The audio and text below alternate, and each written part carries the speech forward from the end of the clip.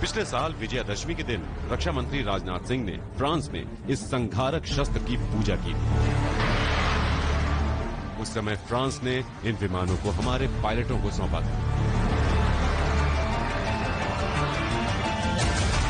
अब दोनों दुश्मनों के हाथ मिलाने की खबर के बीच इनकी डिलीवरी होने वाली है और डिलीवरी के साथ ही राफेल विमान किसी भी कॉम्बैट मिशन के लिए पूरी तरह तैयार होंगे।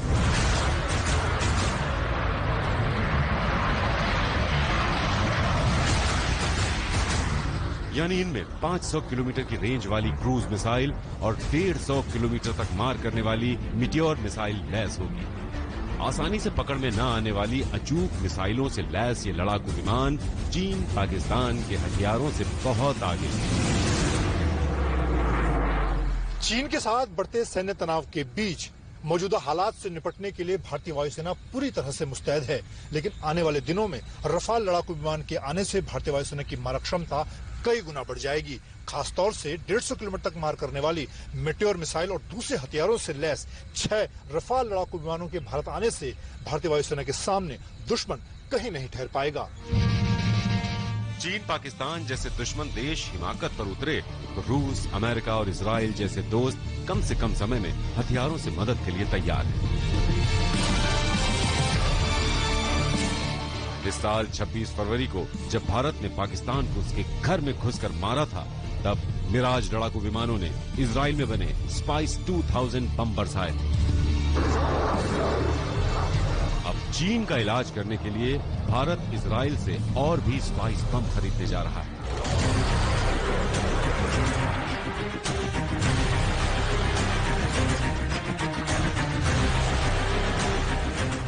रूस ने भी भारत से पुरानी दोस्ती निभाते हुए उसे जल्द से जल्द एंटी मिसाइल सिस्टम S-400 देने का वायदा किया है। S-400 सतह से हवा में मार करने वाली दुनिया की सबसे बेहतरीन मिसाइल सिस्टम में से एक है। यही वजह है कि इससे खौफ खाए चीन ने रूस पर दबाव बनाया कि वो भारत को ये हथियार प्रणाली न सौंपे। लेकिन 2018 में हुए समझौते से बंधे रूस ने इसे समय से पहले भारत को सौंपने का भरोसा भी दे दिया।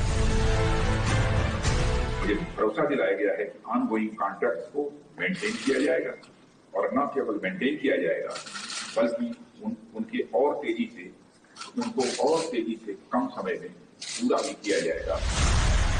इससे पहले डिलीवरी 2021 के मध्य तक होनी थी, लेकिन चीन की हिमाकत का जवाब देने के लिए ये जल्द ही भारत की ताकत से जुड़ जाएगा।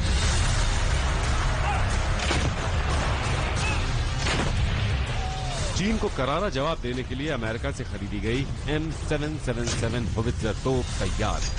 अब भारत अमेरिका से इन तोपों के लिए लंबी दूरी तक मार करने वाले गोले खरीद रहा है।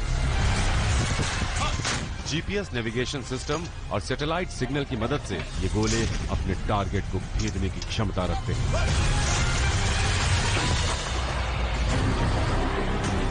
भारत ने चीन पाकिस्तान दोनों को बता दिया है कि वो हर देश की संप्रभुता का सम्मान करता है, लेकिन अपनी संप्रभुता पर आने वाली आंच का सूद समेत जवाब देना भी जानता है। कमलजीत संधू के साथ मंजीत नेगी, दिल्ली आज तक।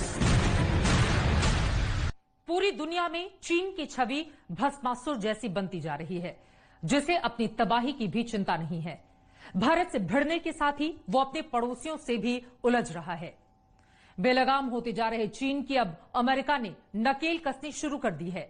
इसके साथ ही अमेरिका ने चीनी ऐप पर भारत की पाबंदी का किया है समर्थन।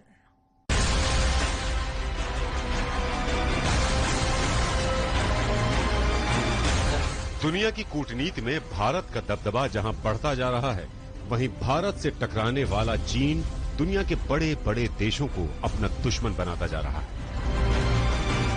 कोरोना संक्रमण की वजह से भारी तबाही झेल रहा अमेरिका तो चीन से दो हाथ करने को बेकरार है। इस वजह से ही भारत समेत हिंद प्रशांत और दक्षिण चीन सागर के देशों पर चीन के खतरे को देखते हुए उसने इन इलाकों में अपनी तैनाती बढ़ा दी है। अमेरिकी विमान वाहक USS निमित्ज और रोनाल्ड रीगन जहां लड़ाकू विमानों के उड़ान भरने और उतरने का अभ्यास कर रहे हैं, वहीं USS थियोडोर रूजवेल्ट दक्षिण की तरफ वियतनाम की ओर बढ़ रहा है। अमेरिका के इन 3 सुपर कैरियर का इस क्षेत्र में होना चीन के लिए बड़ा संकेत है कि ताकत का जोर दिखाना बंद करे, वरना नतीजे भुगतने के लिए तैयार रहे। इस बीच अमेरिका ने भारत की ओर से चीन के 59 मोबाइल ऐप बैन किए जाने का स्वागत किया है। We welcome India's ban on certain mobile apps that can serve as an appendages of the CCP's surveillance state. India's clean app approach will boost India's sovereignty. It will also boost India's